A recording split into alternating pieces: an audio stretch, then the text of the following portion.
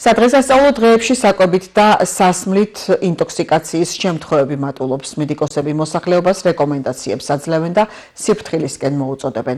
მათი ინფორმაციით ახალ წელს გადაჭარბებული რაციონის მიღება სხვადასხვა გართულებას იწვევს, რის შემდეგაც პაციენტები სტაციონარში ხვდებიან. ინტოქსიკაციის შემთხვევები ძალიან ბევრია ხოლმე.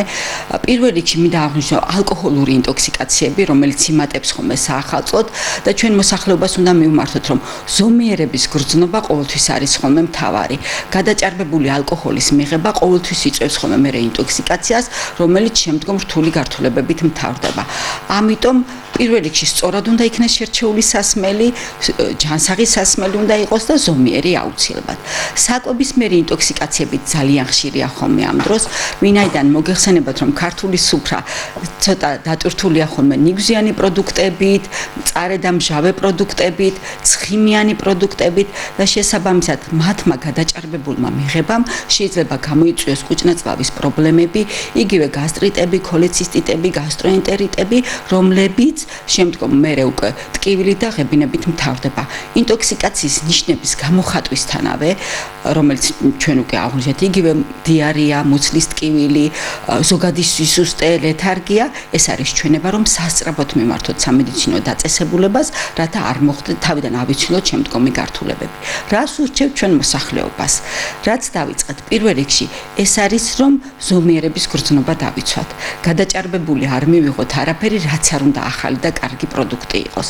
იმიტომ რომ ხანდახან მრავალფეროვანი საკვების ერთდროული მიღება, ეს არის ზეწოლა ადამიანის ორგანიზმისთვის, განსაკუთრებით საჭმელმომნელებელი სისტემისთვის და პაციენტებს, რომლებსაც ისედაც პრობლემები აქვთ ამ ნაწილის მიმართ, კუჭნაწლავის სისტემის მხრივ, ყოველთვის თავს იჩენს ხოლმე ეს პრობლემები საახალწლო დღეებში. და აუცილებლად სწორად უნდა იქნას შერჩეული პროდუქტიც.